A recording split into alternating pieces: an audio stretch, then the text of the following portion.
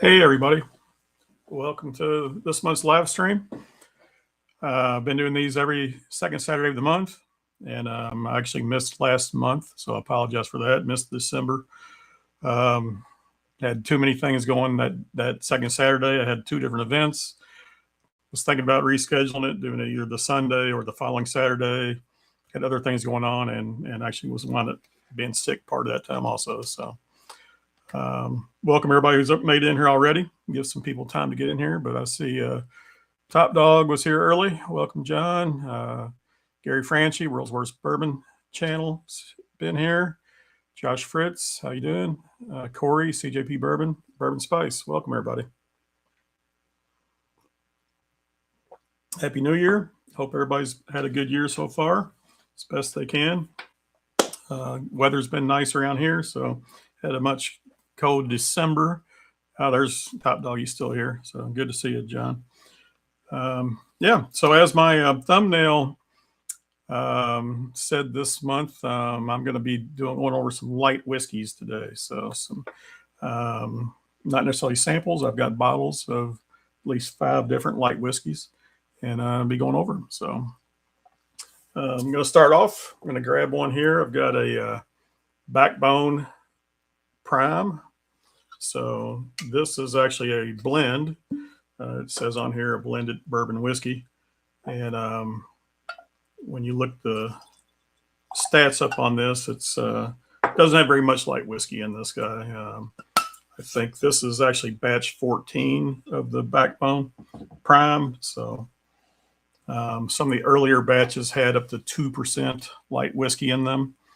And this one here, unfortunately, only has like 0.5%. So, in fact, if I go to Backbone's website for the batch 14, it has a 62.5% straight bourbon, 3 to 4 years old, 17.5% straight bourbon over 4 years old, 19.5% straight rye, 18 to 36 months old, and then only 0.5% of 16-year-old light whiskey.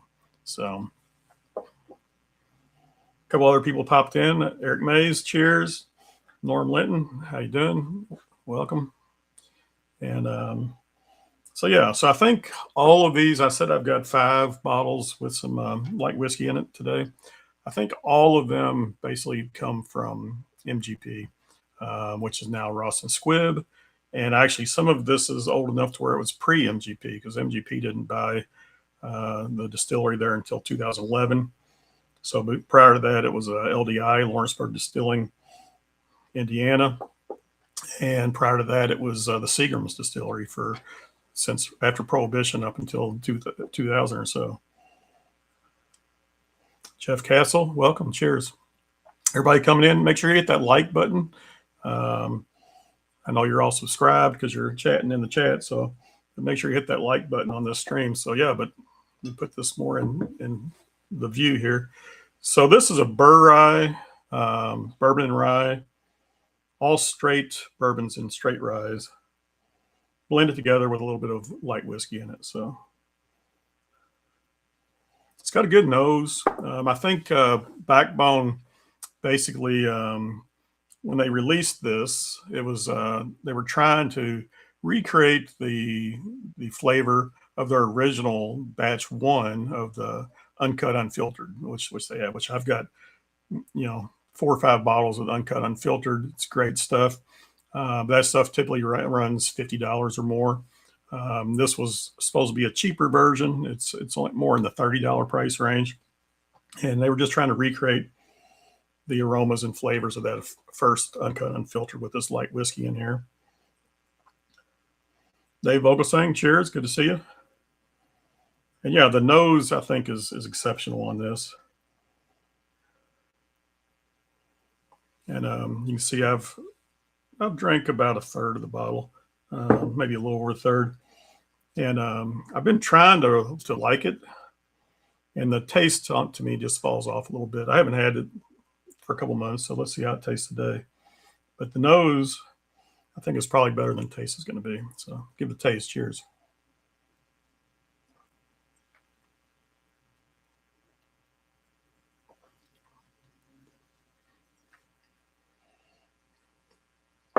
Yeah, I mean, it's good. It's got some spice in there. It's a good cinnamon spice. Mouth feels not super watery. It's a low mouthfeel on it, which that's one of the things I think with some of the light whiskeys.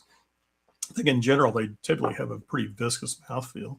We'll get into these as we go through these, but what did I say this is? This is a 16-year-old light whiskey in here, but very little of it. So a little bit of breadiness on the taste.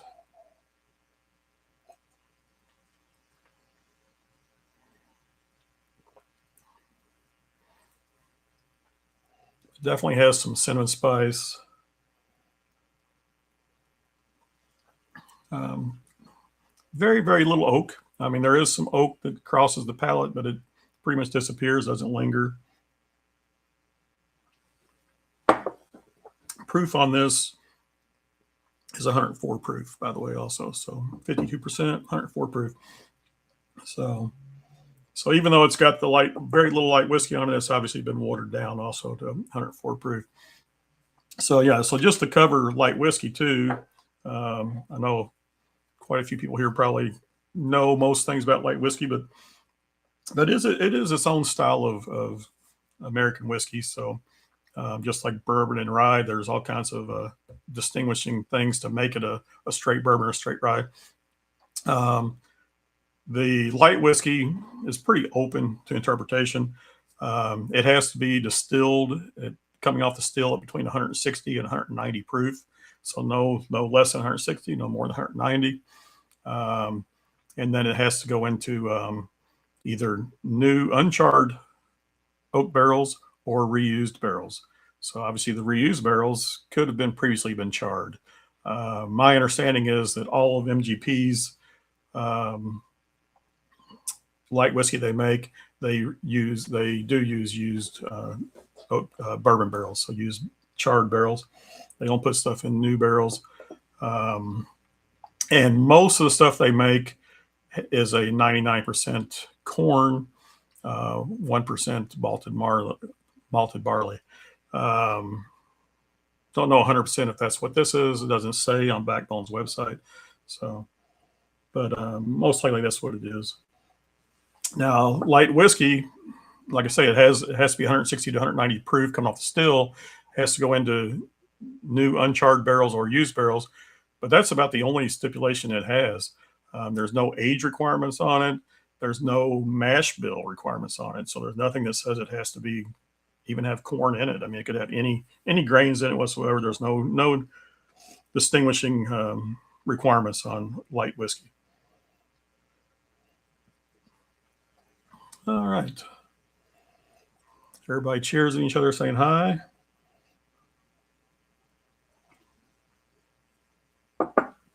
All right. So that's a nice little sip, 104 proof. Let me mark my glass here.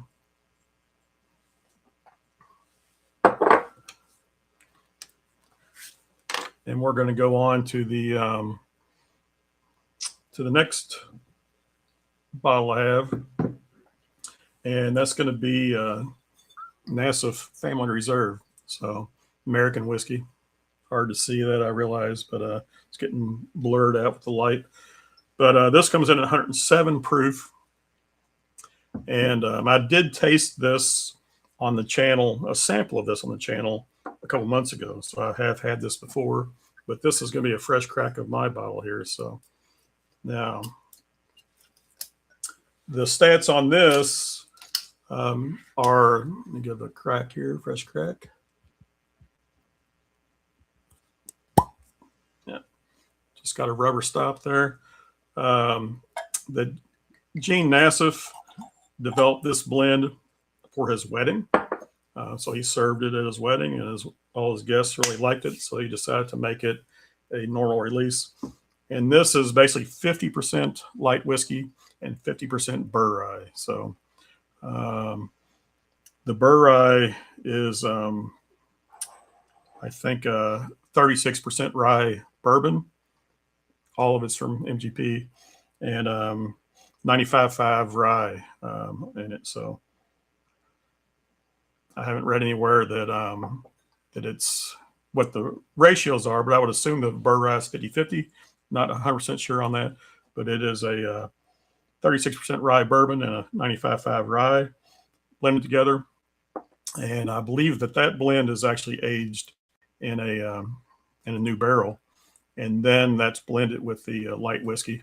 And I do have the stats on the light whiskey. It is a 14-year-old light whiskey. So, and as I said, the overall proof, this is 107 proof. So it's been proofed down to 107. So color on this is very light. As you can imagine, I think a lot of light whiskey is very light. I know when I first heard the term light whiskey, there you go, Top Dog saying, didn't know that story. I don't know if that's the Gene Nassif story or not, but hopefully that's what he meant, what he's talking about there. But obviously, if it goes into new uncharred barrels, it's not going to get any color on it, like a lot of corn whiskey does. And if it goes into a used barrel, it might not get as much color off of it either. So I think a lot of light whiskey is lighter in color, but as I said, I think some of it's pretty viscous though too. So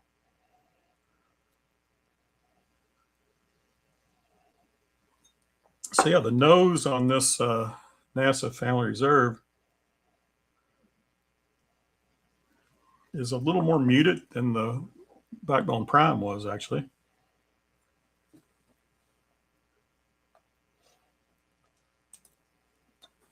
Never wreck a good story with the truth.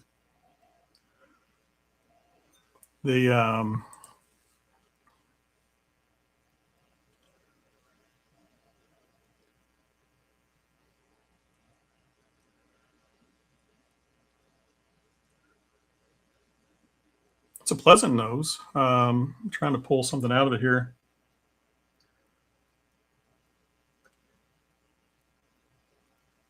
It's not real ethanol forward at all. I'm taking some deep breaths.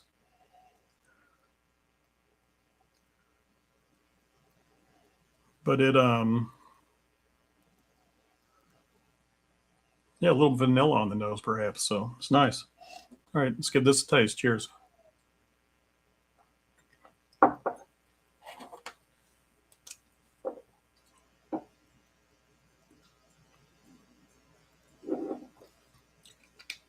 All right. That was definitely spicier than the first one. And I'd say it's more of a peppery spice too. There's John Kranz. Welcome, John. Good to see you.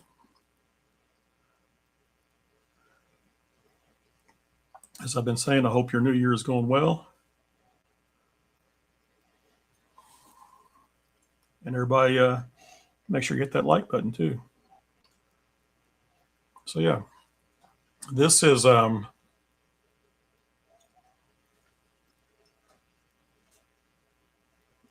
sweeter on the front of the tongue, spicier on the back, and it's a peppery spice instead of a cinnamon spice. So, and it is lingering, so it's got a longer finish.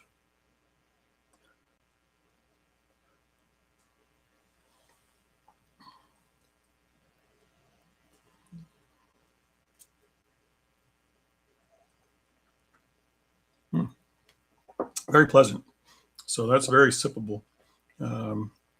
So yeah, so just to compare so far, the Nassif is and then you can't see my glasses where I got them sitting. The Nassif is lighter in color. You can see that there. I can see it in the video there. It's definitely lighter color. I believe it's got a little bit more viscosity. It definitely had some more sweetness. Had more spice. The spice is different. It's pepper versus cinnamon. And as I said earlier, I believe the Backbone, I think the nose wins out on it more than the palate. So,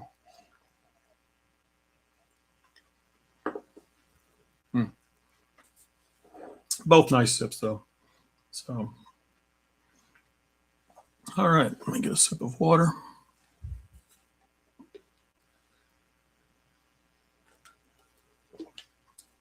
So I know everybody's been putting out all their year-end videos, best of, top bourbons, favorite bourbons of 2025. I got mine hopefully coming out in the next 2 weeks.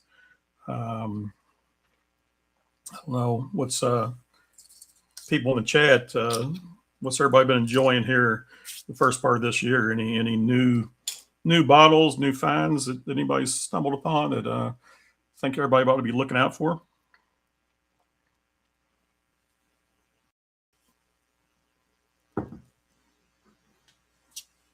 Try to not crowd myself too much here without knocking stuff over.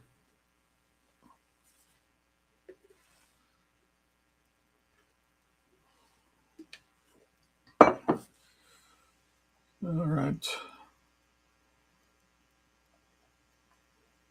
There we go. Dave always saying solid $40 bottle. Yeah, I don't even remember what I paid for this. I think I paid $40 for it, but I bought it at least 3 or 4 years ago.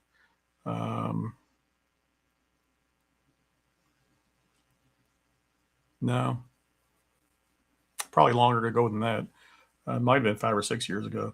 Because I picked it up in Tennessee, and I think we were driving down to either Asheville or I had some work I was doing down in Tennessee back in 2019, down in Raleigh-Durham. So it was probably not the Raleigh-Durham trip. It was probably more of an Asheville trip. So I don't know when it was, but I picked it up in Tennessee. I walked into a liquor store, and they had this, and they had the NASA Family Reserve rum also, which I showed on my live stream 2 months ago. Which is funny. The rum is way darker than the American whiskey in the bottle. So the rum is dark looking, and this is so light looking. But I think they were $40 each when I bought them. So, but that was several years back. So, yeah, I hope he's still putting this out. That's one thing about, I don't remember if I mentioned on this Backbone Prime or not. I said this was batch 14, but I think some of the earlier batches definitely had more light whiskey in them. So I was disappointed when I got this batch 14 because I'd looked it up, read about it online. I thought, I'm going to pick up a bottle of that. I picked it up last year. Had a buddy of mine pick it up in Indiana for me. Vadim, thank you. And let me scroll down here. People might have responded to me. I didn't see some of those responses. But I think the earlier batches were up to 2% light whiskey, maybe even more than that in the first couple batches. Certainly no more than 5%. I think they might have been 2 to 4% in some of the early ones. But they were also younger light whiskeys though too. So they weren't like, this was 14 years over this, even 16 years. Where's my Backbone Prime stats here? Yeah, this was 16 year now. So they definitely had some 14 years, some 11 years, some younger stuff, more of it, but younger. Now they've got older stuff, but they're putting less of it in there. So kind of disappointing. All right, now let me get caught up on the chat here. All right, several people talking about the Jack Daniel's Heritage, the Toasted. Nice. I'm assuming Peter White means the Toasted also. I don't know if that's the only Heritage out right now. Josh Fritz said the same.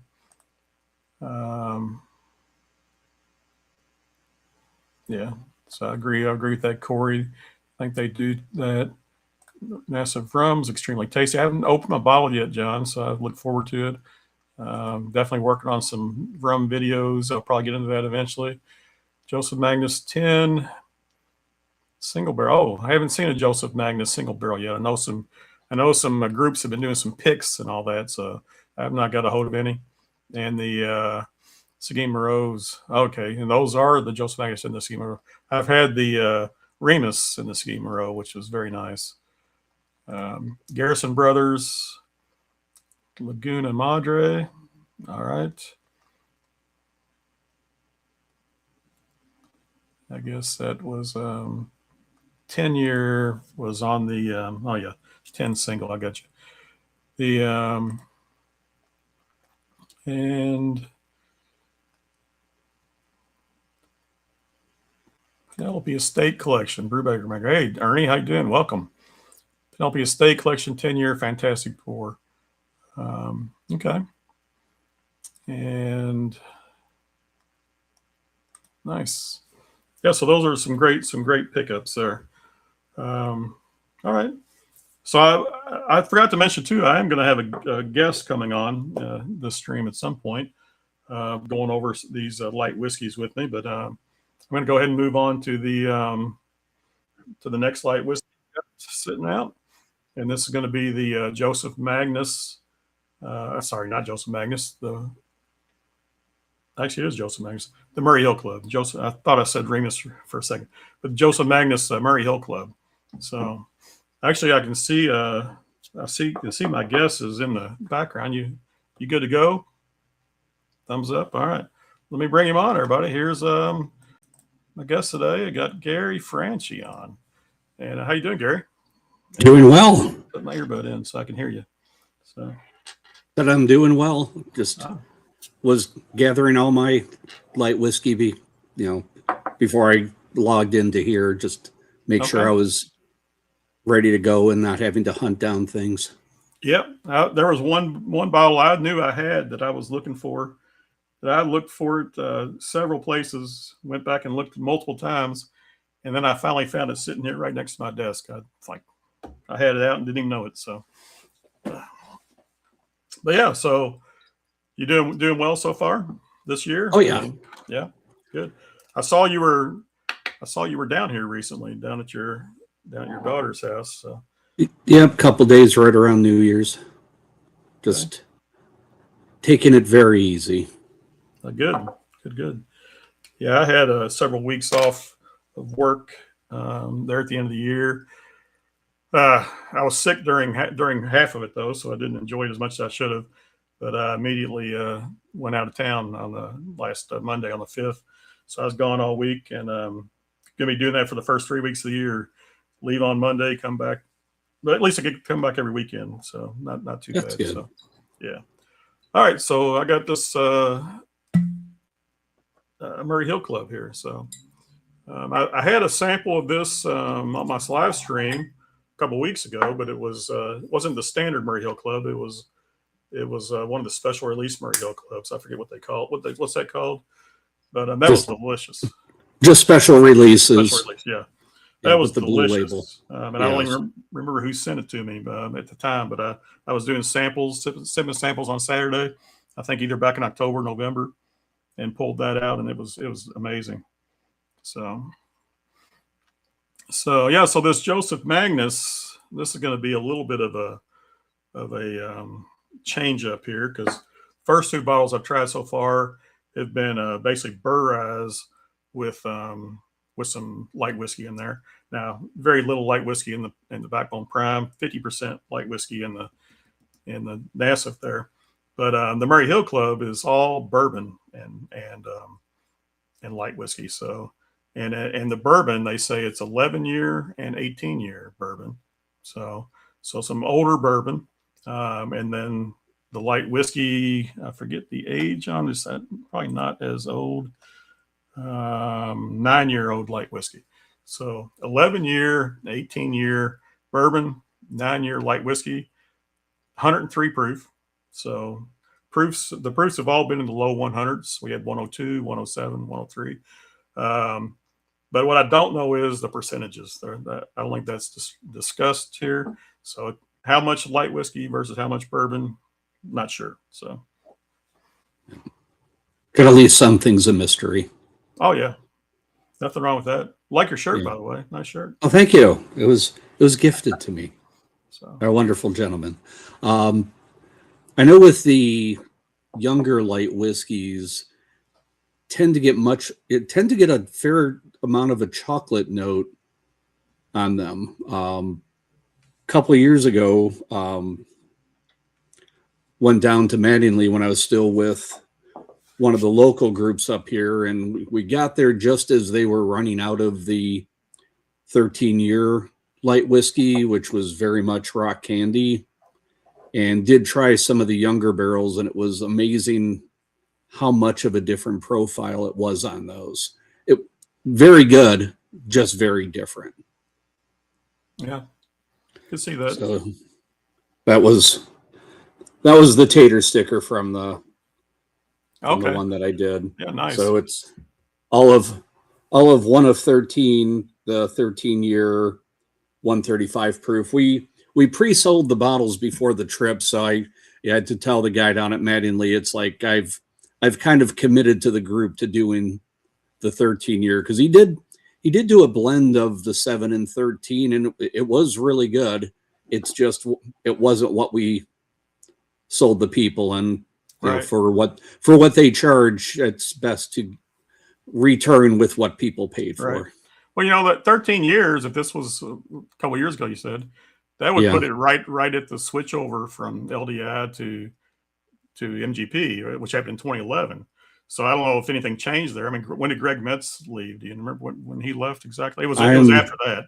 Yeah, I'm not sure, but I'm pretty sure we did that in either 21 or 22. So it would have probably been LDI, yeah. Yeah. In fact, it's funny, I didn't even mention it on this NASA bottle. It actually says distilled by LDI on it. So is that true? Hold on, that might be a different bottle. No. No, this one's not. I'm sorry. One of my other bottles I got coming up says that. So it says distilled by LDI. So nice. Yeah, because this one's the NASF. This stuff's also hard to remember. It only has it has 14-year-old whiskey in it, so 14-year-old light whiskey in it. So, and I bought this bottle at least 4 years ago, so this would be LDI. So maybe it does say. Yeah. That. I don't have my glasses on. The print's too small to read, and it's a weird font too. So I've got one here too. It definitely could say LDI on this bottle also. So just have to find it up there. Let me catch up with the chat a little bit here. People say, welcome to the show. People glad to see you on here, Gary. Josh Fritz was asking which Murray Hill Club. This is just a shelfer, Josh. It's just nothing special. Just a regular Murray Hill Club. Well, hold on. I guess they do have batch numbers. Batch 86. So this strictly says distilled in Indiana. Okay, yeah. And so batch 86, if Josh, to answer that. Dave Vogel saying, talking about your in-depth reviews. Absolutely. Everybody check out World's Worst Whiskey channel and subscribe and all that and watch all his videos. Take you most of an afternoon to watch them all. Yes, that's the entirety. Yeah, all 132 of them. All right, there's Girth Brooks. Hey, Girth, good to see you on here, man.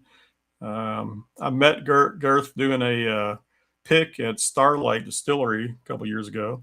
That was when I first met him. So he's a great guy, gentle giant, I would say. He's very nice. Got to meet him at Bardstown Blitz this year. It was a pleasure. A lot of fun hanging out. All right. Yep. And Top Dog, he's got no light whiskey, so no, you can't sip along with us. Sorry about that. All right, caught up with that. So you've got the bottle of the NASF you had? Yep. Good. Yeah. Now, see, yours has is wax dipped. Is it a pick or anything? Or mine's not wax dipped. It was just a plastic peel, and there you go. So. It's one I came across on a trip up to Wisconsin. Okay. And somewhere around here, we've got the ADHD blended one as well, but I'd probably have to search for a little bit more. Wow. Or maybe we finally killed that one this last year.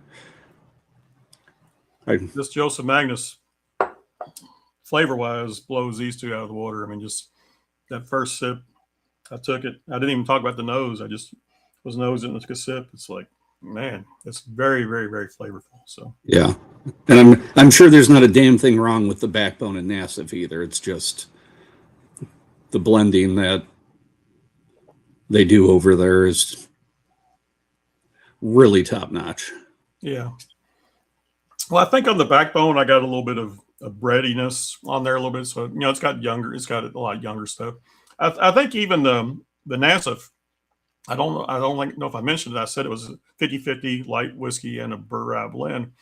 But the burr rye blend, I believe, is young bourbon and rye. I think it's 4 years or younger. So it probably is. So this is the first more aged bourbon showing up in this Joseph Magnus for sure. So,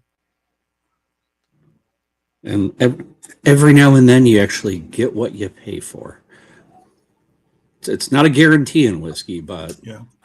So this has the youngest light whiskey so far, but it's got the oldest bourbon, and like I say, don't know what the ratios are either. So I'm sure it has more light whiskey in it than the Prime did, guaranteed. So, in terms of the today, I learned something. I hadn't realized that the Murray Hill Club did have light whiskey blended in with it. I never really read up all that much. When the most that I really did is when Nancy said about the special release 4 coming out, when she said what that was going to be. It's like, okay, that I have to get. Really do love that finish.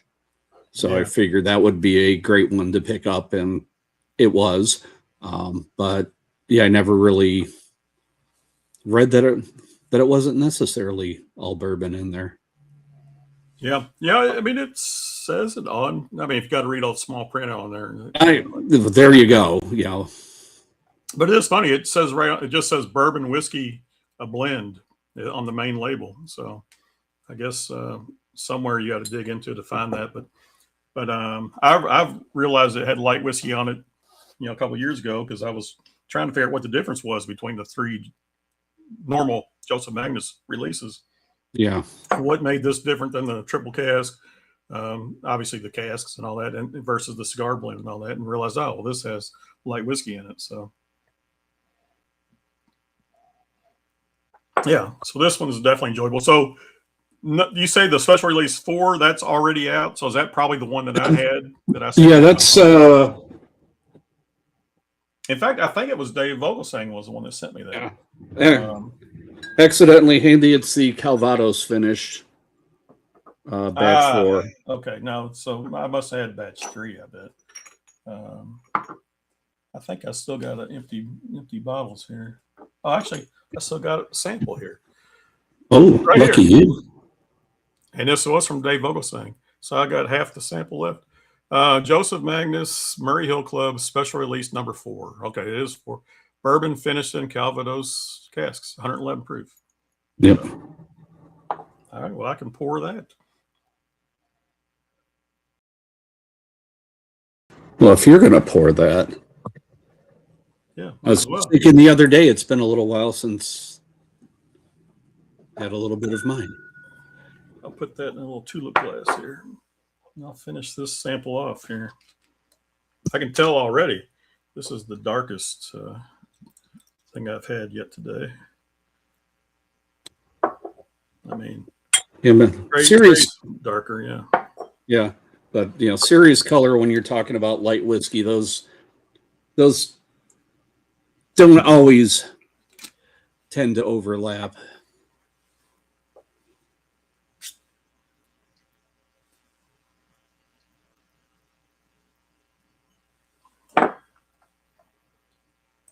Batch number of my Nassif. Is there a batch number on the Nassifs?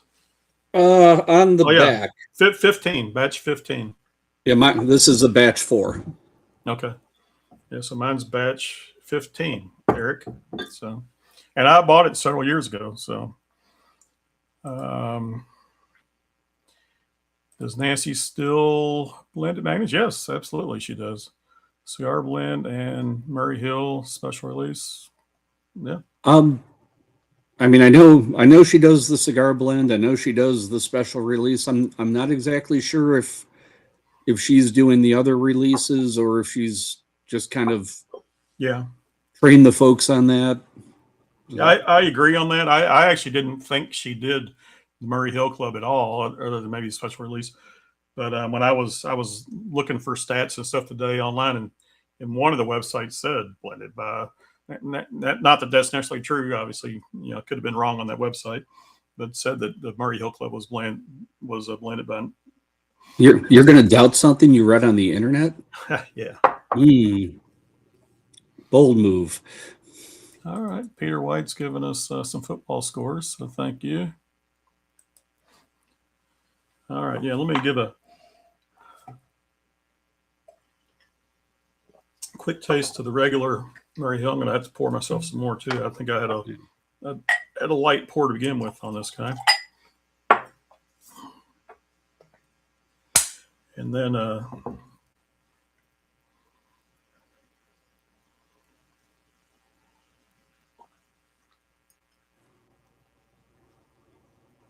yeah. I talked about how this had, when I first sipped the Murray Hill Club, it had a way deeper flavor than these first two bottles.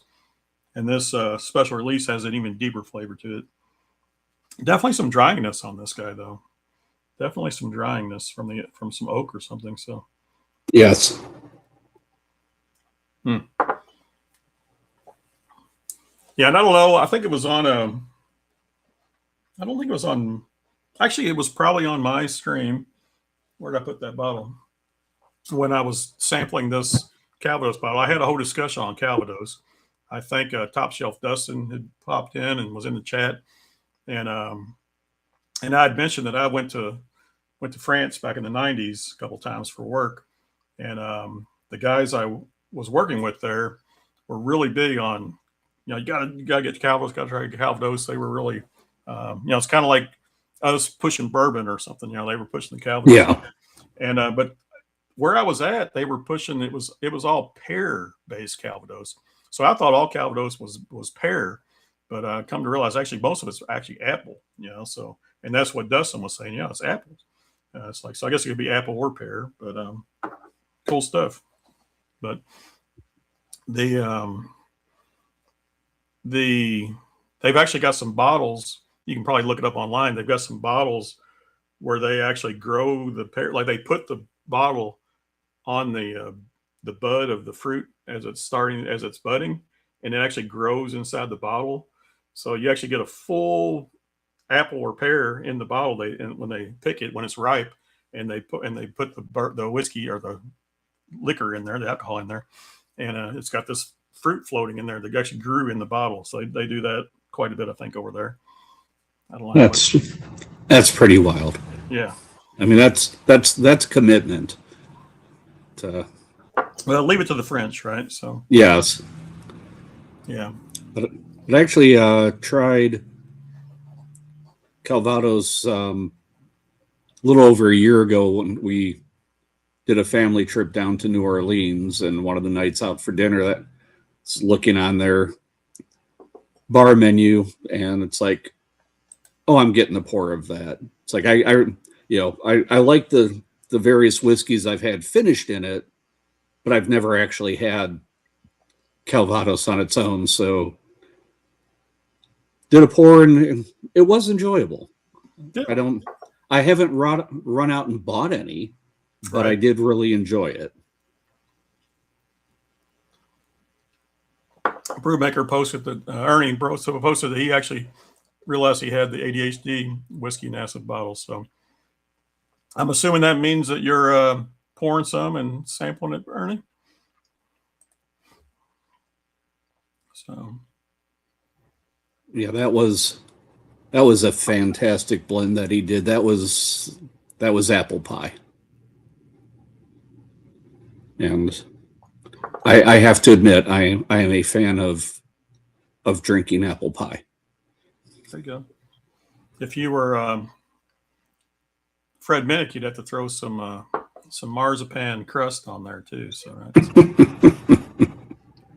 apple pie crust, some marzipan with some apple pie filling. Yes. Can't just be almond. Yeah. So you know what? I'm enjoying this regular Murray Hill right now today as much as this special release. I mean, I think they're both outstanding, but I'm getting so much dryiness on this special release for whatever reason right at the moment that it's actually putting me off a little bit. And this first pour I had of the regular Murray Hill is delicious. Proofs are a little different. What I say, 103 proof and 111 proof. So this release is a little bit higher, but yeah.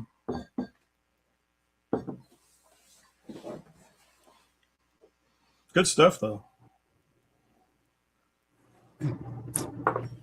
Agree with Peter White. The Amberana version of apple pie. That's cinnamon apple pie. Yeah. I mean, the Amberana can take over so easily. So the best Amberana finishes I've had are ones that have,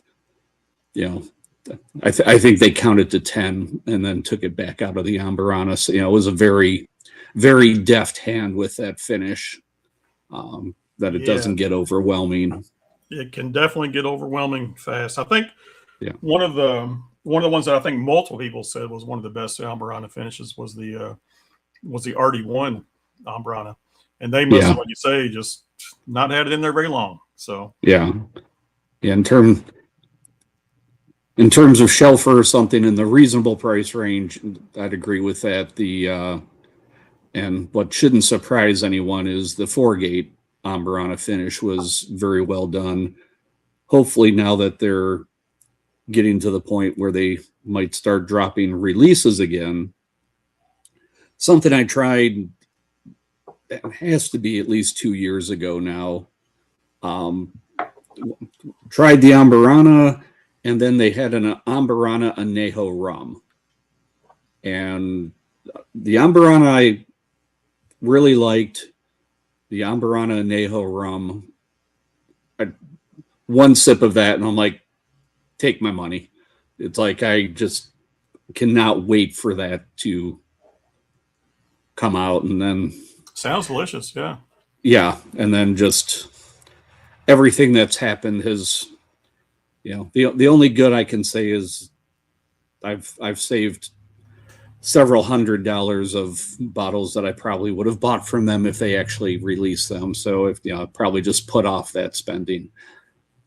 What's the story there? Why haven't they been releasing? They were distributed mostly through RNDC, from what I understand, and then with everything going on at RNDC, they didn't want to take on any new SKUs. So if it was like a single barrel, which is in one door, out the other, fine, but they didn't want anything sitting in the warehouse. So unless you could actually pre-sell a bunch of a standard release where it would literally go in one door, out the other at the warehouse, they didn't want to take anything on. They're switching distributors? Is that what's happening? I believe so. I think I don't know if they are now free of them or what's going on. But I did see a post a little while back from 4-gate that kind of like hinted that they're going to be able to get back on track in terms of releasing product. Oh, good. Yeah, I didn't know that detail, but I'd heard that they were having difficulties. So RNDC was obviously the same problem that Buffalo Trace had, right? They had to fall out with RNDC. So from what I understand, RNDC is having lots of issues, and that go well beyond that. But that's what I heard. I don't think I could speak intelligently about it, so I'm just going to leave it at that. All right. I see Girth posted there. He likes the Starlight cigar. I've not tried that one, so I haven't had that. So that one is, to me, that one was one of the bolder ones. You knew you were drinking something with a strong finish on that. I can't share his love of it, but that hardly, you like what you like, you don't what you don't. Evidently Peter White doesn't like it so much. He would give it there, but it's the New Holland, their Walleye Run cigar batch 2 or cigar blend 2 which rye that, Amburana was one of the finishes on that. Got to try that, and that, when I had that, I'm like, oh, people are going to love this or they're going to hate it. And I did not love it. It just didn't gel with me. All right. Jeff Castle said he's not a fan, but the best he's tried is the red line. Amburana, I've not tried that one either. So I think, Amburana is definitely, as you said, it can easily overpower stuff. So yeah. And I'm a Cinnamon Toast Crunch fan, so I've had some that I really enjoy. So yeah, but you got to take it in moderation, and you don't want to take it. It's more of a dessert or an end of the night thing too. You don't want to drink it right off the bat. So yeah, and it seems to be not only that's something that you have a pour of. I don't, it's like one and done in terms of enjoying it. Yep. A lot of people who do have them, and they're like, yeah, if I do have a pour of it, it's like I'm not pouring a second one. There's Peter White talking about rare character Amburana.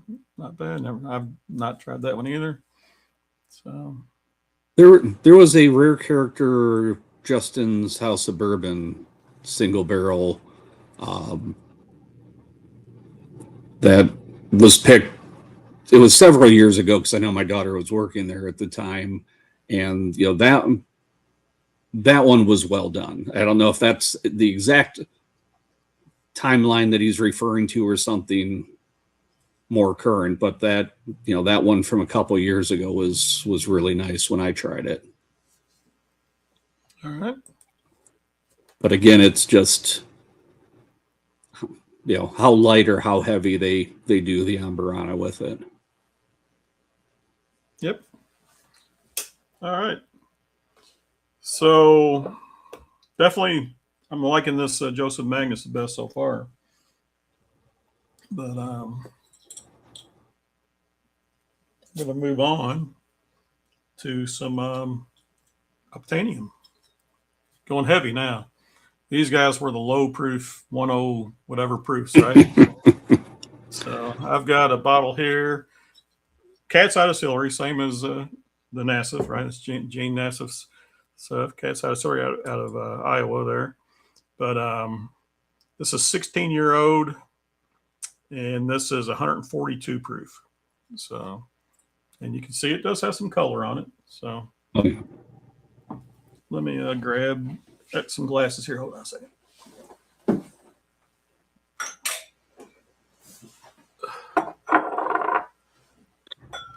Going to have to be very judicious now with your pours. Well, yeah, I was worried about the doing a whole thing with light whiskey. It's like, yeah, you got to watch out on that stuff. You go into this heavy, high proof stuff, and it could go badly. So, but yeah, I picked this bottle up down in Tennessee also. So, different side of the state. So this Nassif I picked up was over in Knoxville. This Obtainium I picked up was over in Clarksville. So, other side of the state there. But picked up this a couple of years ago, and I actually grabbed 2 bottles of it. I mean, I don't remember the price, but at the time I didn't think it's very expensive. Might have been $50 or something, but probably less. But I grabbed 2 of them. If it was early enough, probably $50. If it was later, then you're talking 60, 65. Yeah. It all, when Porter put out some videos with it, it seemed to bump the price up a bit as they've really started to move off the shelves. Yep. And there's been a lot of picks. I mean, the people with the sprinkle tops, the brain candy type stuff and all that. I mean, there's been a lot of that going on. Oh, that one? There you go. You got it. Is that, yeah. Which it was a Canadian whiskey. But okay. I think it also kind of falls under the light whiskey umbrella. Okay. I didn't realize that one was not an MGP light whiskey. So But yeah, this one is the one that definitely said LDI, Lawrenceburg Distillery. Right on the front label, distilled May 3rd, 2005 by Lawrenceburg Distillers, Indiana, LDI. And it was bottled in 2021. Says 16 years old and 142 proof. So, and yeah. So I've done some blending with this. There you go. Oh, it says Canadian. Yeah. Yep. I guess I'm thinking, did some other people do sprinkles, or was the mash and? Oh, I'm sure there's people that did sprinkles. Because I thought the turds and nerds, did they do that also? Well, the sprinkles was that was a joint release with them and Mash and Journey. Oh, okay. It was all the same. Okay. Yeah, I think the other Nerds and Turds have just been waxed. I don't recall any additional sprinkles from those guys. Okay.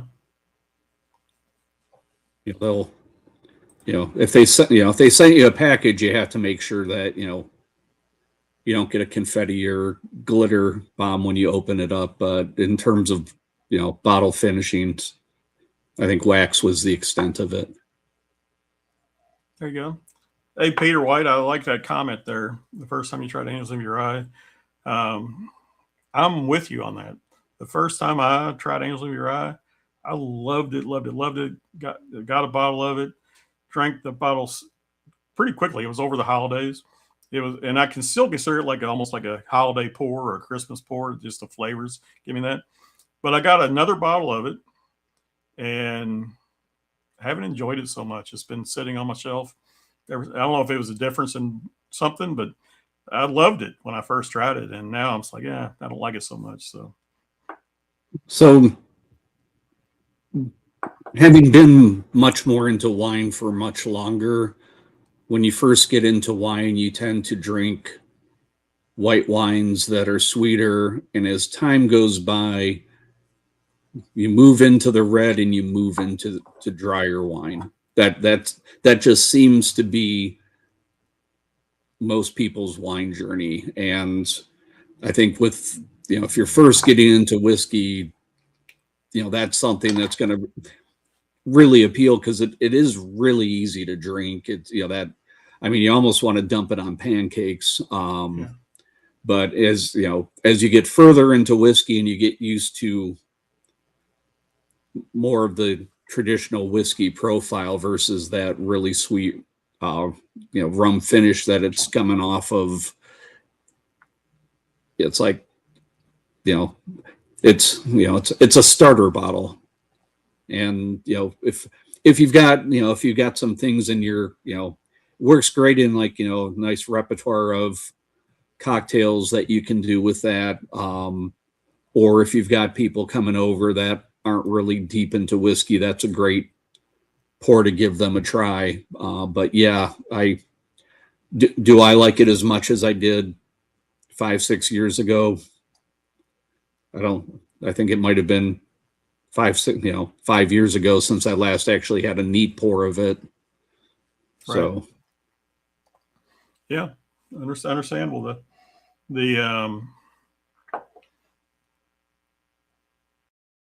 Yeah, I'm typically, I don't like wine a whole lot. The sherry finish stuff I tend to like. I got a lot of sherry finish on, but the other wine finishes I don't care for so much, and just wine in general, I'm okay without drinking it. Yeah.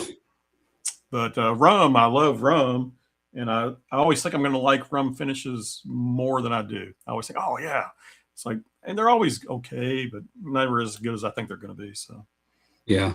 Or rarely as good as I think they're going to be, I should say. So I think sometimes might be a matter of certain profiles of whiskey work better with certain finishes. For as much hate as Dickel gets, Dickel finished in wine, Dickel finished in stout, that really seems to work. You know, some of the different Bardstown, you know, ones that I've had, like, you know, the Pfeiffer Pavitt. I'm blanking on this, you know, the stout finish, but you know, that I can drink. Straight up George Dickel, nope. Yeah, I'm agree with you on that. There's a couple of straight up George Dickels that are okay to me, but I'd say more of them I don't like than I do like. So Yeah, but there definitely are some ages and stuff that they have that are okay, that are good.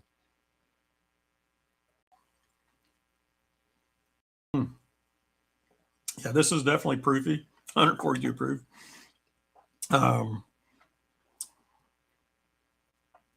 It's got the best or thickest mouthfeel of everything I've got. That's where I say, to me, maybe it's just this bottle that I've had for a while. I always associate light whiskey with having a viscous mouthfeel. This definitely does. It's good and spicy, and it's not just the proofiness that's a spice. But it's definitely, I think, and the mash bill on this is probably 99.1, right? yes. Most definitely, yeah. It's definitely corn forward, I think, on there. It's not. There's no rye there really. Well, there is no rye there, but I think it's corn forward on the taste even. So the sweetness, a little bit of sweetness. Yeah. It's good. But I've definitely done some blending with this, so definitely not something you want to drink a lot of it straight. So Yeah, I haven't done a ton of blending, but if your blend's in danger of getting too oaked or too dry, the light whiskey does wonders in counteracting that. And something that popped into mind, as long as we're on an MGP light whiskey, is, I guess, I don't know if the same is true with some of the more modern ones, but for the older ones, I heard it was predominantly used Jack Daniel's barrels that okay. A lot of this was going into. All right. Yeah, hard to tell, I guess, but yeah. So, and I think that would also contribute a lot to the sweetness and the profile. And if with the newer ones, if they were getting into, say, Heaven Hill beam barrels, I can I could see that given sort of that chocolate, little bit different profile.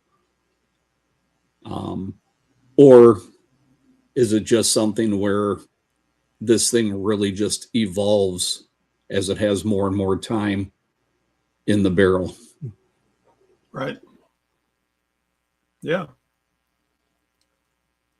Well, and this actually tells you how many bottles. So this was most likely a single barrel, right? Yeah. Because this says a bottle 27 of 168. So this is 168 bottles, which is not a huge yield, but it's not a short barrel by any means. It's a good yield out of the barrel. So I mean, for the age too. Oh yeah, for 16 years, and we're going to get into a short barrel here in a bit, but yeah. So I didn't even think about that when I was talking about this. That this is going to be a single barrel. So I ended up buying quite a few of those, and again, I have to give Matt Porter credit. I decided to use some of those to. The Old Carter American whiskeys are MGP light whiskey that has been rebarreled. Okay. Which is why they end up darker with a bit more depth, richness, rounded. Don't want to do a commercial for them. Yeah, do they tell you what barrels they use? Are they wine barrels or? It's just oak. They don't do any finished stuff. Oh, so it's barrels. Whether it's, what toast, what char, might be a mix, not sure. They seem to be rather proprietary after the initial little bit of info, but I started doing the poor man's version where I'll take Obtainium, and then I've had staves, charred oak, toasted oak staves, dump it all into a big mason jar, let it take about a week, and kind of make my own version of it. It's not the same, but also it's not the same price either. So, for about, $75 all in between the oak staves and the shipping and that, I think they're rather nice. And that one was it. This was my poor man's Old Carter Cellars, because I actually took one of my Obtainiums that was red wine finished, which I didn't mean to do, and poured that out and did the additional finishing of it. So that's not a poor man's Old Carter American. It's a poor man's Old Carter Cellars because the wine. But I've, batch 3 and 4, the people I've shared them with have given me pretty good feedback. And I know that I far from drank most, those first 2 batches. It wasn't me killing those bottles. So they always seem to be pretty popular as something to try. And I've had fun with it. Well, that's one thing I haven't done is finished anything. I mean, I started one mini barrel, finished some stuff years ago, but it was an aborted thing. So I've just done blending. So, but yeah, finishing some stuff. Even if you don't have to do it in a mini barrel, like you say, did it in a mason jar with some spirals or just some piece of wood. Something I haven't done. So, and then I took this abomination that I bought as a joke, but it was like only $10. It was a 3-year MGP. Corn punch. Okay. Yeah, and this thing was picture the lightest light whiskey you've ever seen, and this was a watered down version of that. But I've taken the staves that I've used on the other projects and thrown it in with this, and this has gotten considerably darker and borderline drinkable. What's the proof, or what was the proof? The proof on it was, let's see, 66.8, so 133, 34, something, 133.6. But yeah, I think my buddy Travis up here, my partner in the Poor Nerds group, when he was turning 40, that was the special bottle that I brought to his birthday party, which fit in well with the outrageous bottles that were there otherwise. Nice. Well, I'll say the nose on this Obtainium is probably better than the taste. Once again, the nose on this is nice. Yeah, it's sweet. It's just, it's the sort of stuff you can just nose, but it's the taste is a little too much. But kind of like the going back to my Backbone Prime, I think the nose was better than the taste on that one also. But it's different. But yeah, this is good stuff. All right, let's catch up on chat a little bit. See, Peter White, I had this highlighted for a while. So he said he's going to, now this is a while ago, so I don't know how long ago this was, break out the Great Plains 22-year Canadian 5-year cognac cask. So I guess he's got some Canadian light whiskey there. So soon when he says he'll break it out, he's been sipping it along with us. So Bourbon and Balls, welcome, cheers. So somebody else found some more. Ernie found another Obtainium, 13-year, 135 proofs. Hadn't cracked it yet. Okay, but he had the ADHD he found earlier. What's this? I was saying High North Wicked 15-year Madeira finish hides the Dickel. Okay, talking about hiding the Dickel. Okay, I haven't had that, but I could see that. Josh Fritz just saying he can't drink it, can't drink the Dickel. I'm not opposed to the minerality taste. I'm a Flintstones vitamin kid. I mean, I used to eat them when I was a kid. I'm okay with it. So, I mean, I do like Flintstones vitamins. I just it doesn't come off in the same happy way when I've tried unfinished Dickel. yeah. And again, I kind of compare it to like cilantro. There's, some people, cilantro just tastes like soap and they hate it. So I think, Dickel is sort of the cilantro of whiskey. I could see that absolutely. Peter, why? That's just mean there, Peter. Telling her your daughter you quit drinking. She could keep it. Garth Brooks, 99.1 Nashville. It's fantastic as a bourbon. West Fork whiskey near Indianapolis has a line code. Yeah, so you could put that obviously in new charred oak barrels, and it could be a bourbon. I know more people should be doing that probably, but yeah. I know about half of the Old Carter batched bourbon is the 99.1 as a bourbon that's rebarreled. If you have one of the Old Carter batch bourbons and it's a lot more on the sweeter side, it's probably that 99.1. If it comes off a lot more oak and spicy, it's probably a 21% MGP that they used. All right. And I'm not familiar with Old Hamer. They're in Indiana somewhere, Indianapolis probably. It actually says near Indianapolis right there. Fort Whiskey near Indianapolis. So I think I have heard of them, but I don't know if I've tried any of their stuff. So as long as we're talking about it, so I've been picking with the store up in Holland, Michigan. I wasn't able to make this pick back in December because I thought I'd be a good person and go to my day job. But they ended up 991 12-year.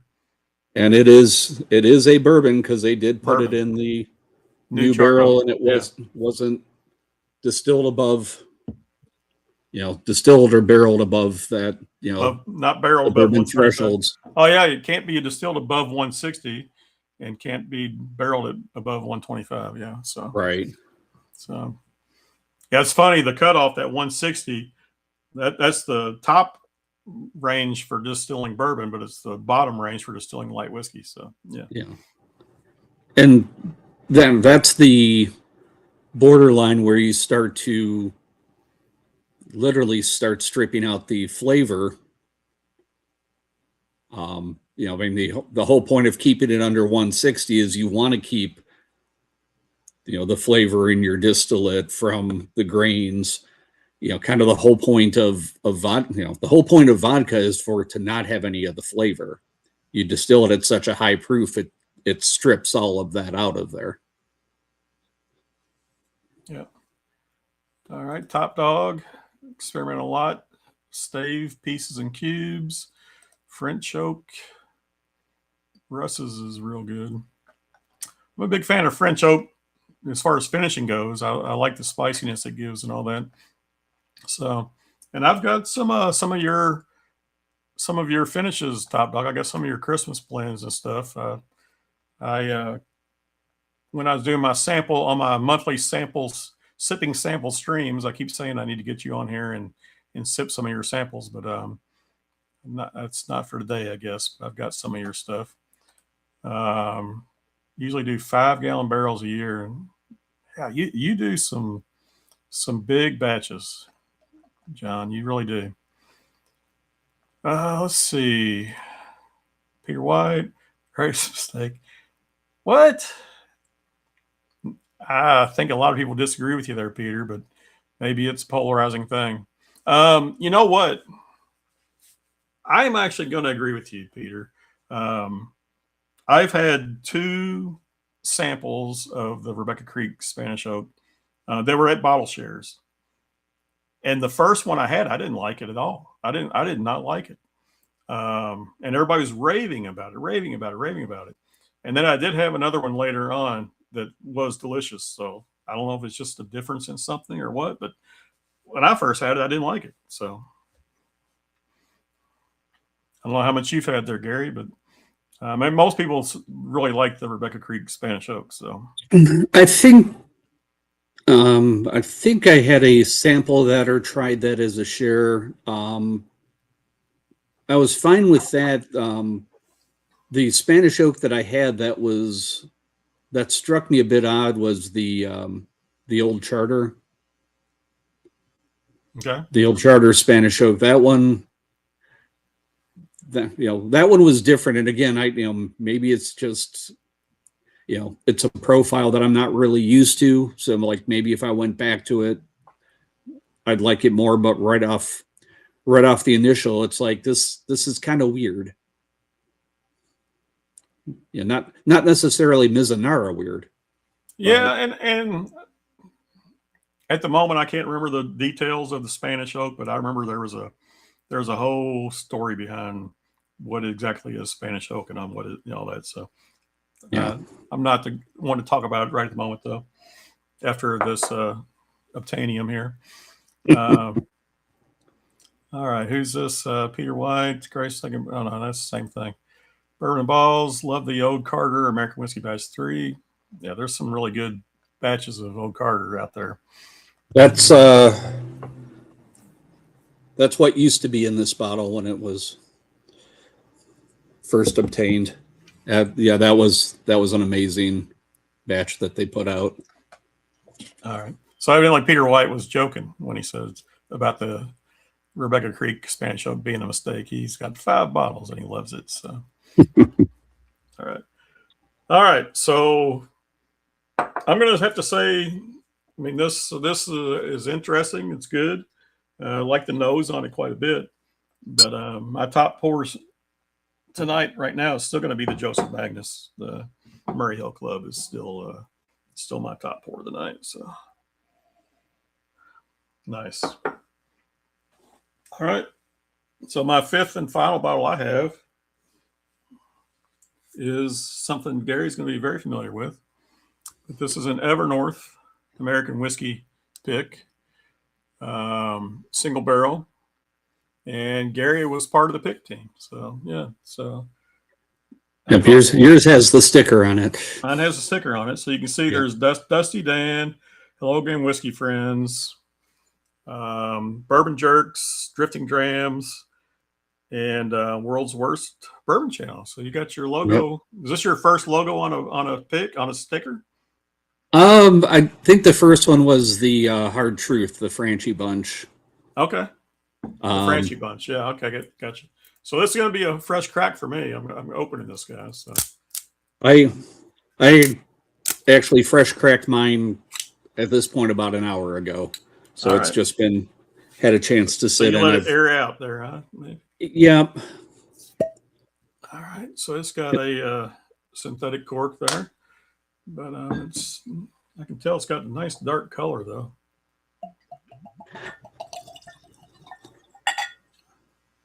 Yeah, definitely a darker color than anything else on my table here.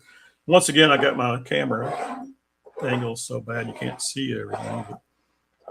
But this is the Evernorth right here. So maybe I should put them in order here. Yeah, that was the Obtainian right there. Definitely the darkest thing on my desk here, on my table. So you all picked this. I don't remember what it was. It was after the middle of the year last year, probably. It was May. We were out there in May. Oh, it's May. Okay, so middle of the year last year.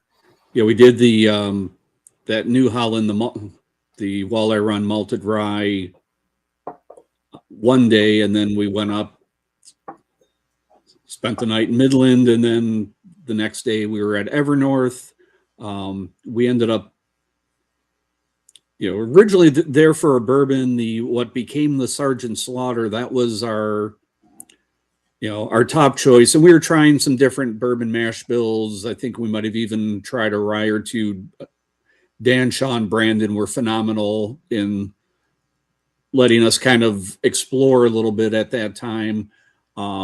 But yeah, that Southern Distilling, I think, was easily the top choice, but that Green River was just so dang close. I know that,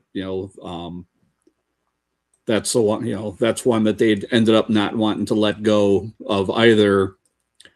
And then we just kind of popped in and they had started tasting some of the, I think they only had 6 of these 18-year barrels, one of which was already spoken for.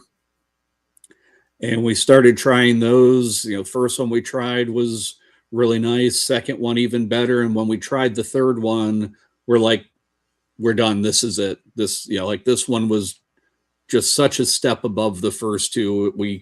We couldn't see it getting any better.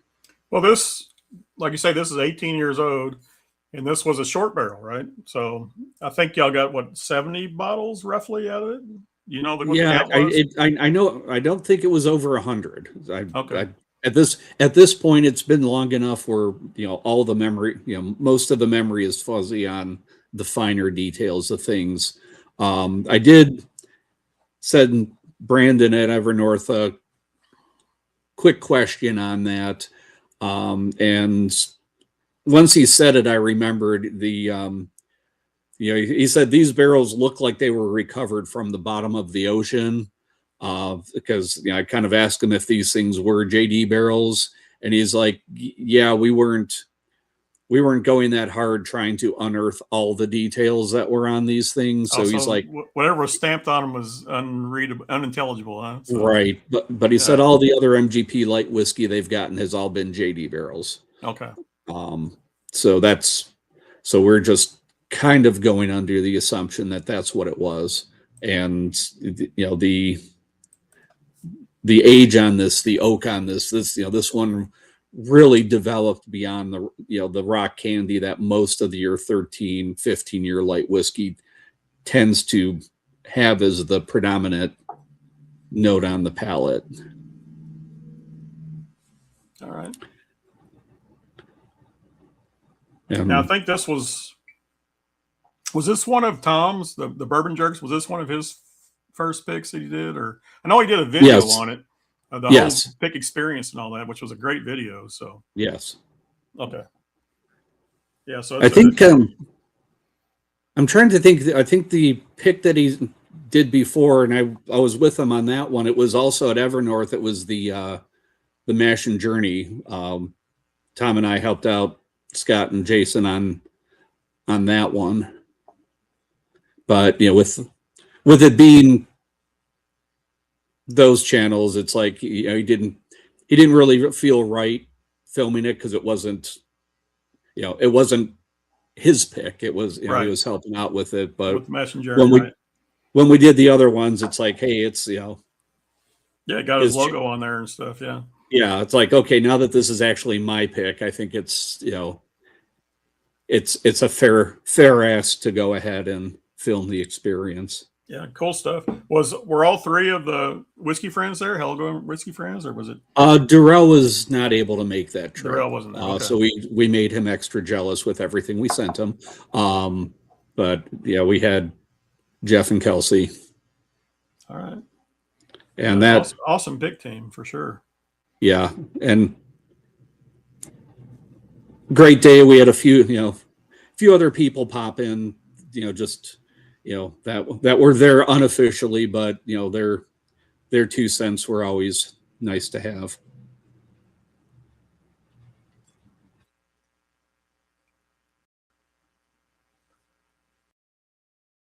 Trying to give this a swirl job here, but I'm picking some fruit up on this that I hadn't.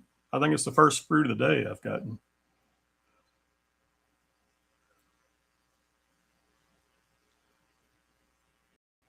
Definitely some caramel though, also for sure. So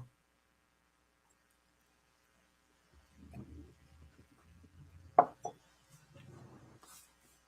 forgot to mention the proof on this guy.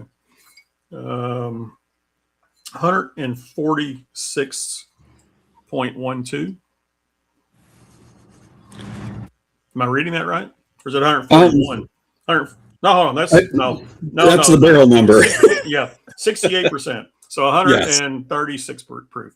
Yes. I'm reading the barrel number. It's ML12. And ML12, yes. I was reading that as a proof.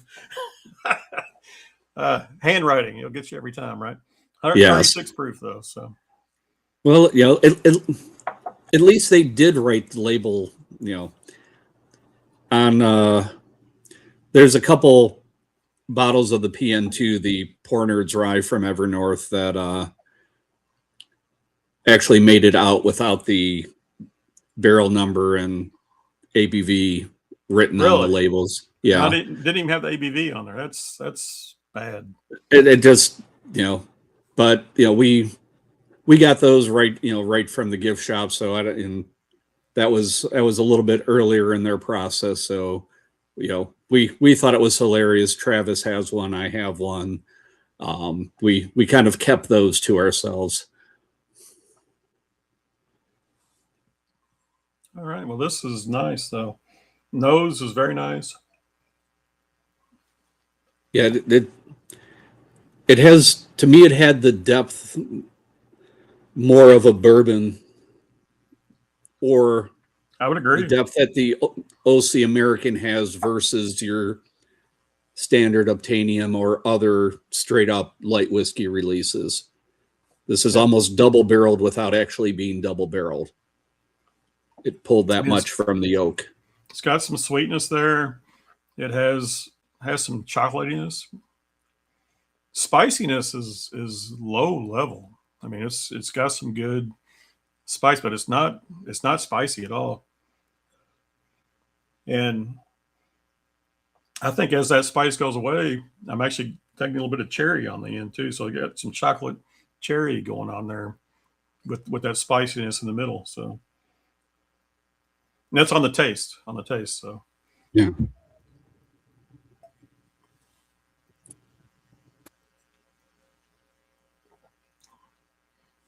A little bit of tannic dryingness there, but it's got the sweetness, got all those flavors. Spiciness actually lingered a little longer that time, so on the finish. So still lingering a little bit. So yeah, second sip, or that was probably third sip. Definitely the spiciness is lingering, so it's good. I don't think that would have improved by leaving it to become 19, 20 years.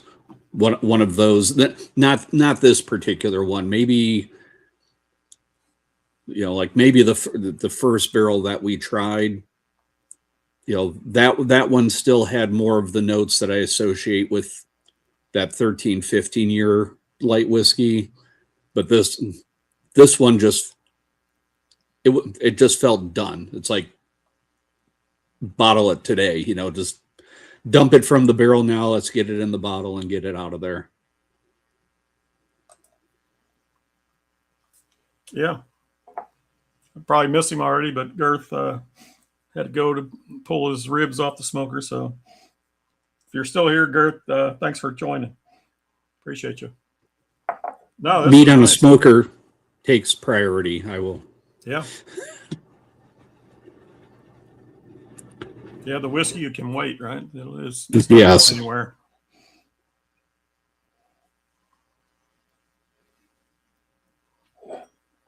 Yeah, so these have all been interesting, and I would say the two darkest pours of the night are the Joseph Magnus and the Evernorth. I don't know what to call this stuff because it says Essence. Evernorth Spirits Company, though. Yeah, so single barrel American whiskey. So yep, anything out of the Essence line is a single barrel. If it's the blue label, it's a bourbon. If it's the purple label, it's a rye. If it's the gray label, it's labeled American whiskey. So it might be a light whiskey. I know they've put out some wheat whiskey barrels from Cedar Ridge. Okay. So you said, what'd you say? Everything in the Essence is a single barrel? Yes. So it's a pick, basically? Okay. Yep. Oh, my gosh. Going back to this Joseph Magnus. this nose is incredibly fruity now. It's amazing. I'm sure it's not on the taste, but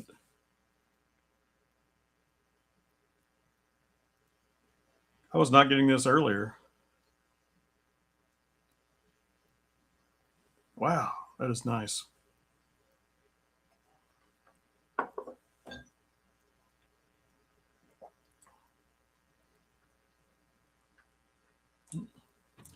Way lower proof, yeah. So, I mean, it's you drank cool and nice. It's a nice sip, but yeah. Yeah. But the nose was definite change, a big change on the nose. So there we go. Josh talking about their price point there. Yeah, I mean, I don't know. I guess up there in Michigan and up that way is this stuff ever north on the shelves up there and stuff? So, Because it's not down here. But right. So with their license,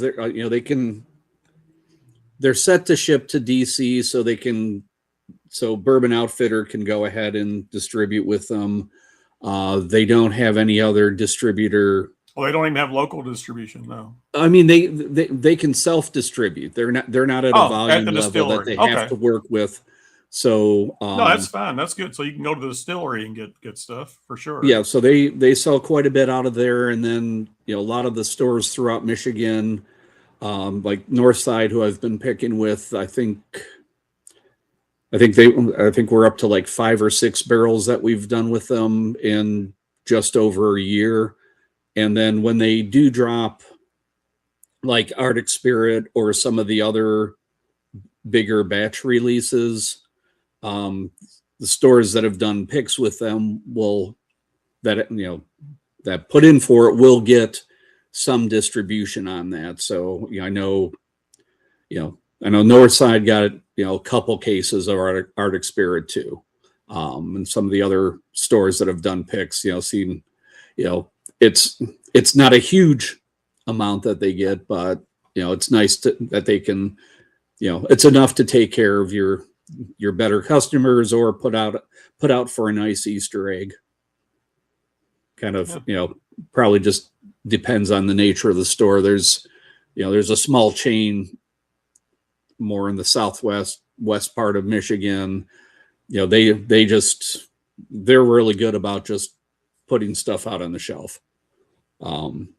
Usually a lot of times in January when they, their BTAC, their Pappy, some of their other allocated, they would just, usually like a bottle or two a day would just random times, random places drop on the shelves. So you had some people basically camping out in the parking lot going in probably every 30 minutes, considering it seems to be the same people each year that you see ending up with some of these bottles. Wow. But I'm not bitter. But in terms of for how the store handles it, kudos to them. That's don't hate the players. No, I'm okay with that. I actually kind of like the random throughout the day release stuff, kind of like Michter's does, right? Instead of just the first thing in the morning, people wait in line when they open. I like the release it during the day, random times and all that. So. Yeah.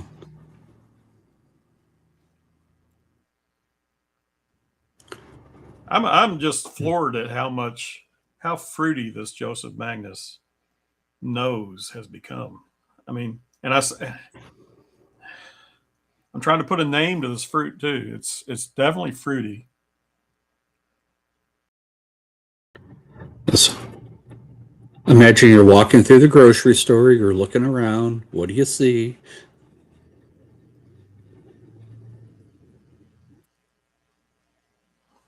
I don't know. It's not a typical fruit. It's got to be some kind of tropical something.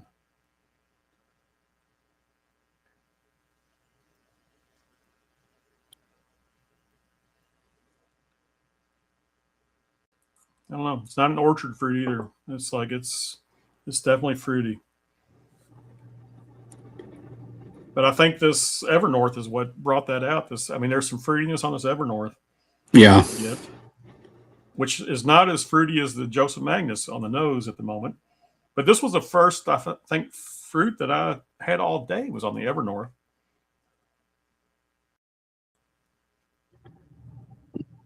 But yeah, that's a great palate on that. It's sweet, and spicy. It's been one of the more fully rounded, developed profiles off of a straight light whiskey that I've had. Yeah, and on one of those first sips, I definitely got chocolate and cherry. I'm not getting the chocolate anymore. I mean, you drink too much of this stuff and you lose it. I can see the cherry on there still, though. There's William Hall. Hey, William, good to see you, man. Cheers.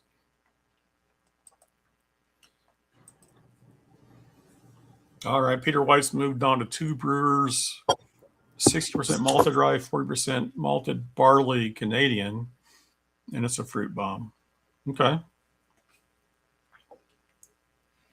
I think I got the only 2 brewers I've ever had. I got from Trinity and C. I've got some stuff from them in the past, and I think I got some 2 brewer stuff from them.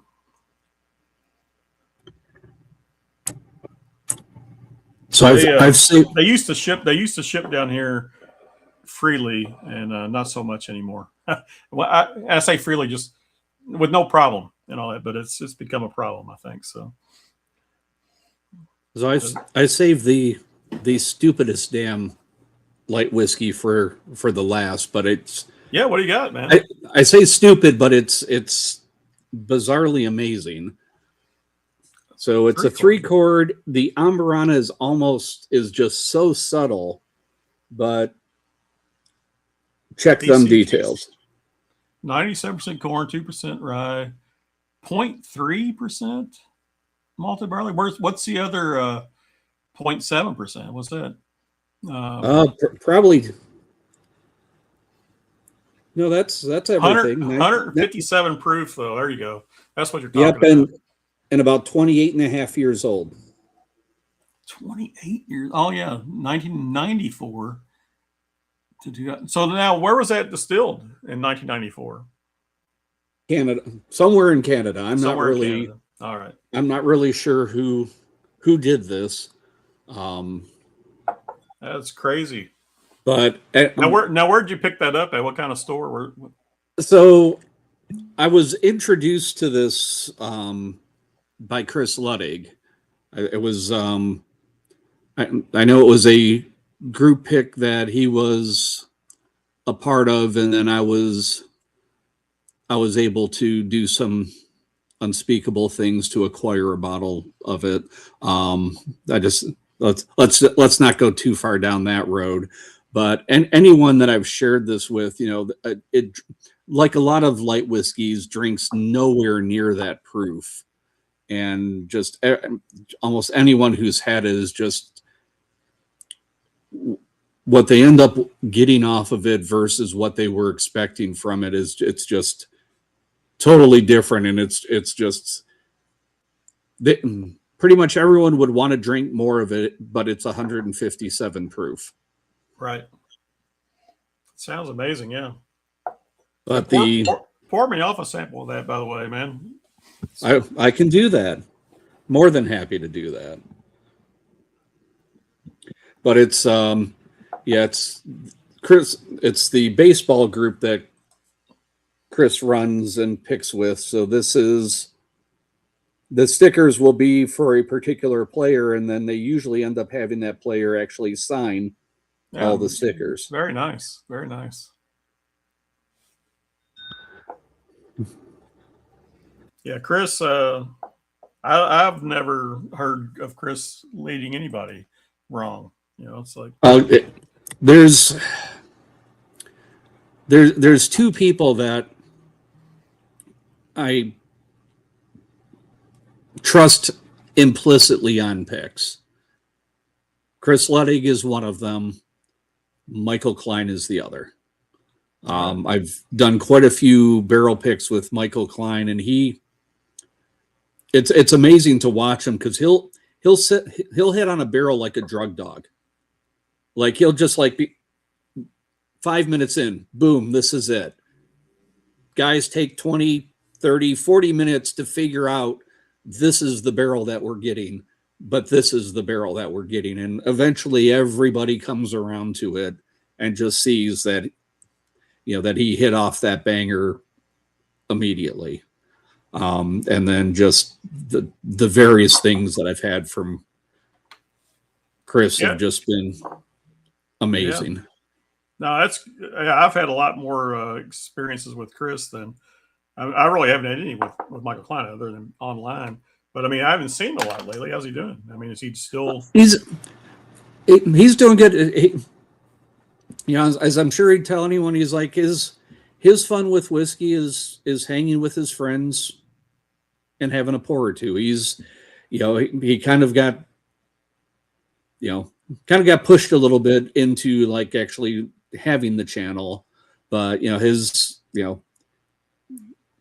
job is a full-time job, and he's he'll still he'll still do some picks, but he just he just likes to do it mostly offline with his friends. Nothing wrong with that. So hopefully we'll be getting up that way in the next week or so. We got so with Northside Pour Nerds, we actually did one of those Magnus single barrels. Okay. And the Seguin Moreau barrels. Yep. And we've got some to deliver up that way, but so far it's been very well received, and it pretty much, it didn't really take that long to sell those things out. So there's a lot of excitement about it. I think it helped that it was a Holland store picking at a Holland based company. Couple of the Michigan stores have done theirs. But yeah, ours is usually when I do picks, I don't do that much in terms of tasting notes. I hate to say it this way, but I go for more of the vibe that I'm getting versus trying to like pick up, oh, here's what I'm getting on the nose, here's what I'm getting on the palate. It's just like, how is this thing hitting me? When we're doing that pick, the one that we ended up doing, it just, in my mind, it was oaky vanilla ice cream. That was just, that's the thought that popped into my head. And I just, mentioned that and a couple of the other people there. I'm like, yeah, that's the note, nice, little bit of cinnamon in there too. But yeah, we were thrilled to have the opportunity to do the pick, and we were really happy with how it ended up turning out. Nice. I'm a big fan of vanilla ice cream. So yeah, but it's the oak is there, and those Seguin Moreau barrels, they're very tight grain on the wood. So even though these things are 10 plus, 10 and a half year picks, they're getting yields over 200 on a lot of these barrels. Okay. Ours was like 180, 186, somewhere around there. Ours was a relative short barrel for what they. Yeah, are they 53-gallon barrels though? I thought yes. A lot of the Seguin Moreaus were like, more bigger barrels for the wine industry and stuff. Yeah. No, these were 53. Okay. I mean, that certainly would have explained a larger yield, but no, we'd ask about that, and they were 53. I think, they tend to make barrels more for wineries, but this was at the time where getting barrels from your traditional cooperages for whiskey was getting tougher, and they ended up contracting through them. So, I believe they, There's like 4 bourbon barrels, right? So yeah. Interesting, yeah. And I'll more than happy to throw in a sample of that one as well to you. Yeah, that'd be awesome. I tell you, as much as this Joseph Magnus has become a fruity nose to me, this Evernorth has become like a cotton candy nose to me, which is crazy. But isn't that the fun? That's Yes. usually the fun thing about flights is how much these things can change as you go back and forth between different pours. Well, I tell you, some of the best noses I've ever had have been on empty glasses. I mean, wait till a glass is empty and let it dry out. Doesn't have to be overnight even. Just let it dry out for a little bit, and then you get some amazing notes off of it. Oh yeah, no, you are not wrong there. But yeah, this has become a cotton candy nose, so it's weird.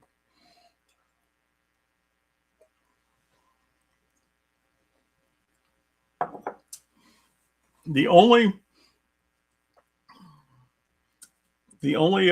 negative I have on it is the oak dryingness. It's got some oak dryingness to it. So, yeah. But other than that, it's all good. It's all good. And I'm a fan of oak. I don't mind oak dryness, but too much of it is too much, right? So yeah. And I'm not saying this is too much. I think just it's borderline at the moment. So. Yeah. I agree. But like I said, when we had that one, we're kind of like with bottle it today. It didn't need any more barrel time.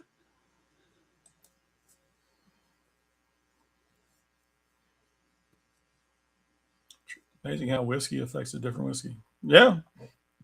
I mean, that's whenever I do blinds and on my videos, I definitely always try to go through in both directions, because you go through the first time and they affect each other. And then you go through the second time, they affect each other. And even that's probably not a fair enough, but it's the best I can do at that point in time. Right. So, yeah. Well, if you're doing it for content, that's probably the only reasonable, timely approach, unless you're going to do some major editing and spend about 2 hours of time filming it. Yeah.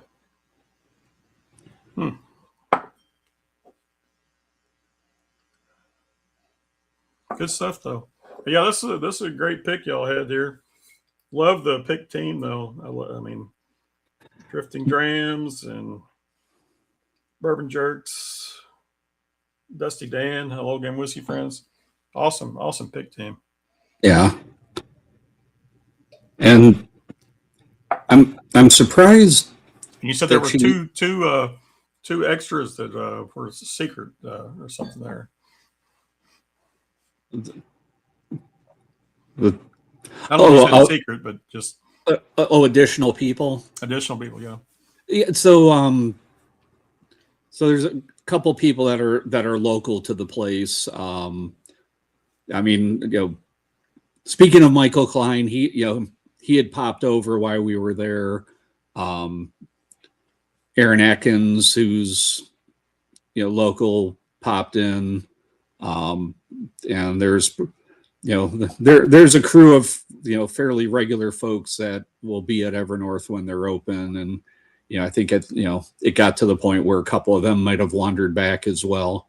The junkies weren't there though. Pardon? The junkies weren't there. Oh no, they were there. They were there. Okay. Yeah. I mean, it's their place. They were they were working the pick. They were running it. Oh, nice. So, and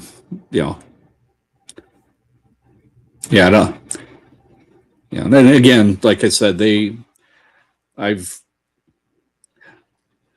done a stupid amount of picks up there, helped out, been a part of, and those guys are just so accommodating. I think probably one of the things that influences it is for all the barrels that they picked and the experiences that they've had.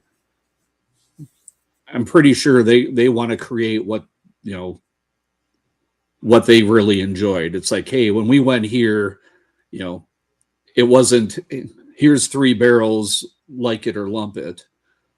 Which, you know, if you're a legacy distillery, can you run a pick like that? Sure, because you're, you know, if you don't want it, they've got no shortage of other people coming in. But you know, they're very good about just, you know, hey, we had something a little bit different. Is this the direction you want to go down? Is that the direction you want to go down? And again, everything within reason. But it's like, if it's like, would you mind drilling one more barrel? I've yet to have them say no to that. That's awesome. Yeah, I think the two picks I've been on that were similar to that, where they're, it was just like, try as much as you want or keep trying stuff till you find something you like, was Starlight and Backbone. So yeah, so those are both great experiences. So. Haven't done Starlight. Ended up it was roughly about a year ago. I think it might have maybe been last February. Barrel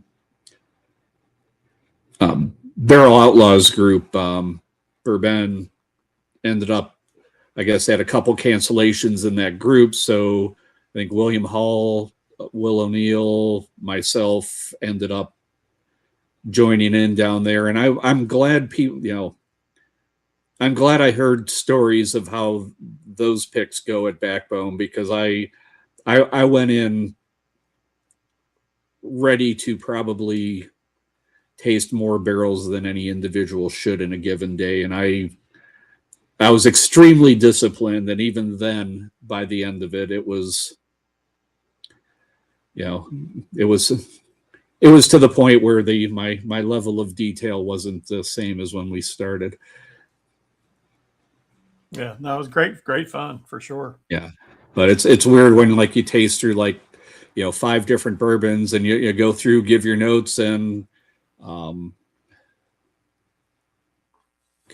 I had his name and it just flew out of my head. The owner there, is it Noel? Yeah. But he's like, oh, cool. Now I know what barrels to drill. Now that I've seen what you guys like and don't like. But yeah, I mean, hospitality there was absolutely top notch.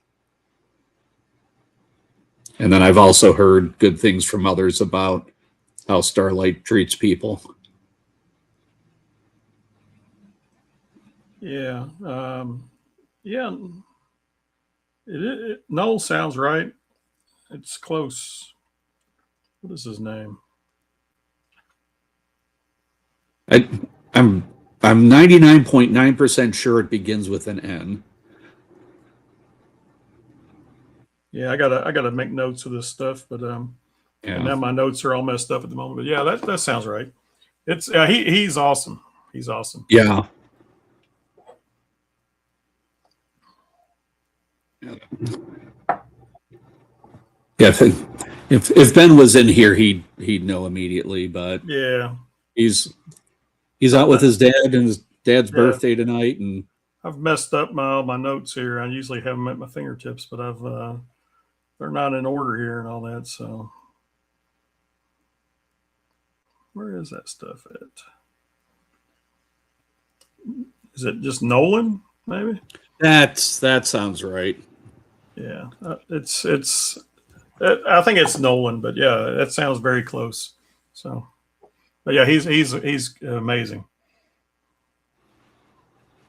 Yep, it's Nolan. All right. Yeah, he was. Yeah. All right. Well, you got any other light whiskey stories or light whiskeys to try? Oh, I think I pulled every relevant bottle out, and I didn't really do my full dinner yet, so it's probably best if I don't. I hear you. Yeah, I mean, I was thinking about this for a while, and I came up with these. I knew these 5 bottles I had here all had light whiskey in them, so I'm like, oh, that's good enough to do a sampling, do a tasting and all that. And Yeah, it's been enjoyable. So it's all good stuff. And there's stories behind all of them, because the whole light whiskey, I think, story is a story in and of itself, right? So why does it exist? Who's doing what with it? I mean, it's some cool stuff. So, and it's almost, what's the coolest thing about it is the fact that it was initially a failure, that they had the stocks aging to the point where it actually became something. Yeah. Yeah. I think originally they thought it would compete against the vodka back in the 1970s, right? Right. And they were planning on doing a short aging period, like high proof, short aging like vodka. And it definitely failed back then. Yes. But then the stuff sat in the warehouses, and the long aging is what pushed it over the edge, I think. So many amazing things are just sort of the happy accidents. Yeah. Definitely. Yeah, all these noses. Which one's this one? The NASA. All these noses have opened up on me. So I'm sticking with the Joseph Magnus, though. The Murray Hill Club it's got a crazy fruity nose all of a sudden. So yeah, but I think I got more aroma coming out of all of them now than I did earlier. Maybe it's because they've been sitting or whatnot, but open up my taste buds, and it's all good stuff. But yeah, some interesting stuff. Nothing to be scared of, for sure. Yeah. You hear the term light whiskey, don't be scared of it. It's not. No. It definitely doesn't mean light as in diet, like diet whiskey or anything. That's not true whatsoever. It's usually higher proof, but I think it also is quite often drinks lower than its proof. So even though it's higher proof, it doesn't drink as hot or as high proof. I usually tell people expected to drink easily 20 proof points below what you'd expect if it was a bourbon, if it was a rye, and that's actually where the danger can be at it, because once you get into it and just find out that it's not burning you up right off the rip, it's like, oh, and especially some of these that have that more of that rock candy profile, it's like, oh, this is very easy to drink. It's like, yeah, but 140 proof that's easy to drink is something that you want to tread lightly with. Because it's light whiskey, but it can get heavy in a hurry. Yep. All right. Well, I appreciate you coming on, Gary. It's enjoyable stream. Good information. Good stuff. Love your pick. I'll have to hit up everybody else on the pick, Dusty Dan and Tom and whiskey friends and all that, and let them know. It's good pick. But enjoyable. Everybody, thanks for tuning in. Hit that like button on the way out if you haven't hit it already. But we'll see you in the next month or so. So cheers. Cheers.